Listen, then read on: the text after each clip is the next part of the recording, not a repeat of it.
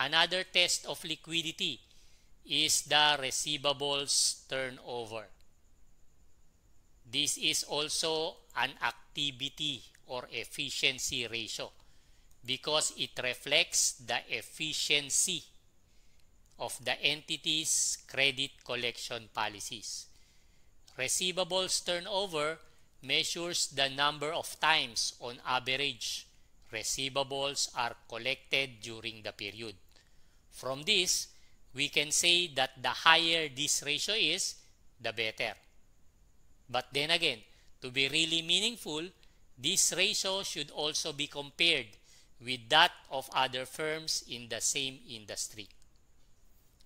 From the ratio's name itself of receivables turnover, it is easy to remember that the denominator is composed of the receivables. Just do not forget to use the average net receivables, meaning the net receivables at the beginning of the period plus the net receivables at the end of the period divided by 2. Although you may find a few textbooks which use only the ending balance of net receivables, it is recommended to get the average net receivables if the period's beginning balance is given anyway, for 2 reasons. First, because the average is a better measure as it eliminates the so-called seasonal effects. There could be certain months or seasons during a year when collections of receivables are faster or slower than other months.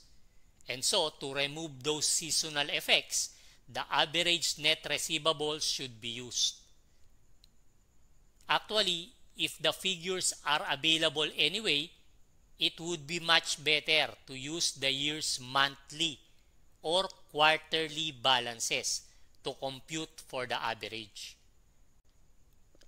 If monthly balances are used, the balance on January 1 is added to the 12 end-of-month balances, and the total is divided by 13 to come up with the average figure. The same procedure may be applied when quarterly amounts are used. I will tell you about the second reason for the use of average net receivables in just a short while. For the meantime, what is the numerator? As I mentioned at the beginning of this video, a ratio is a mathematical relationship between two numbers. That means the figures compared and expressed as a ratio must be meaningfully related to each other in order for the resulting ratio to serve the purpose for which it is computed. Therefore, here, the numerator must be meaningfully related or connected to the receivables. So, what is most connected to receivables? Or more precisely, where do receivables, specifically trade receivables, come from? From sales on account or from credit sales. When an entity sells merchandise on account or on credit, we debit accounts receivable, right? That means receivables come from credit sales. That is why the numerator to compute for the receivables turnover is the credit sales. Only don't forget to use the net amount of the credit sales. That is the gross sales less sales returns and allowances and sales discounts. So I hope you realize this early, that keeping in mind these formulas we are discussing is not difficult. The name of a ratio will give you an idea about an account title to use.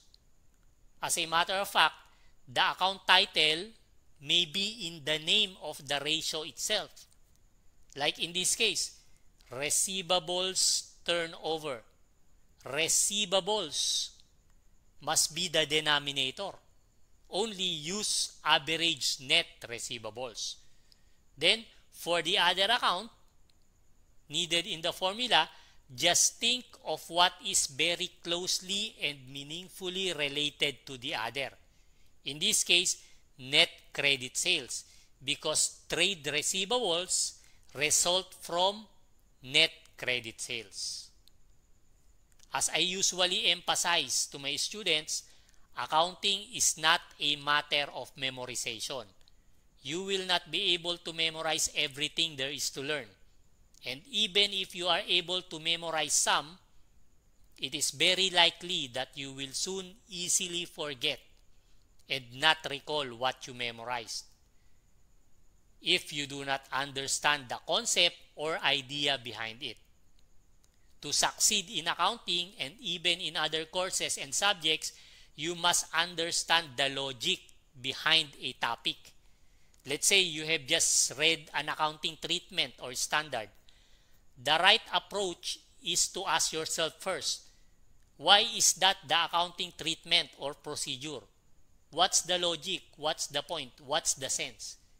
And normally, you yourself will be able to analyze and think of the reason behind what you have read, because the reasons for accounting procedures, treatment, and standards are logical.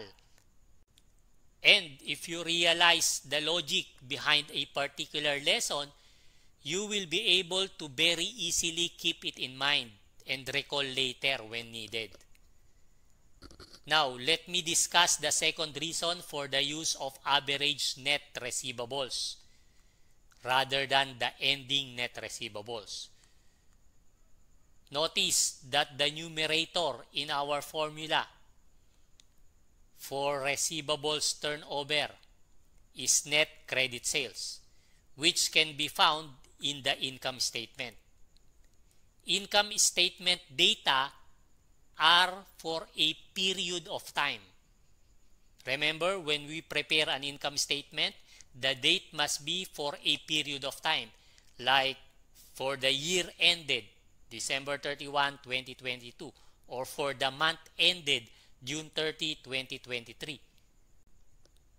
On the other hand, statement of financial position data are for a point in time.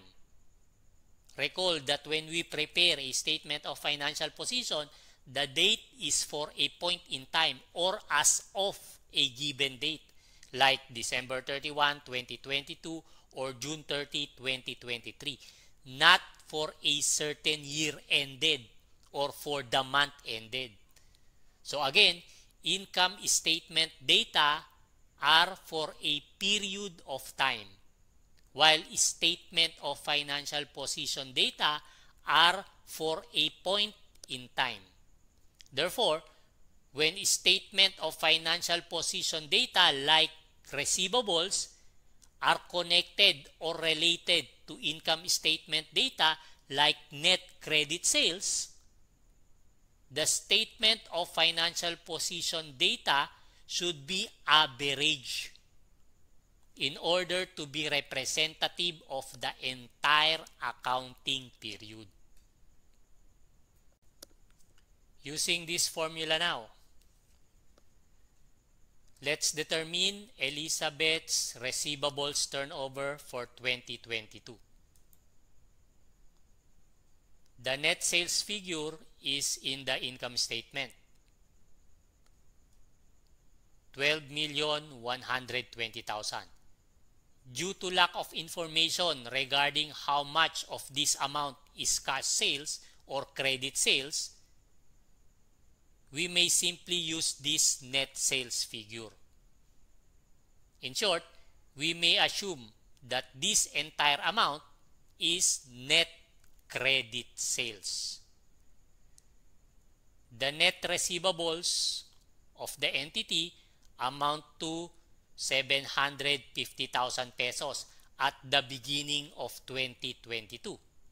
Because remember, the ending balance of 2021 is the beginning balance of 2022. While at the end of 2022, the figure stands at 670,000.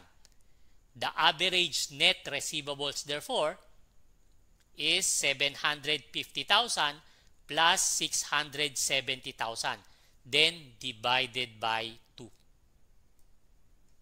Elizabeth's receivables turnover, therefore, is 17.07 or 17.07 times, because receivables turnover measures the number of times on average receivables are collected during the period. In short, the entity collected receivables 17 times during the year 2022. As already mentioned, the higher the receivables turnover, the better. Of course, comparing this ratio with the industry average would make it more significant.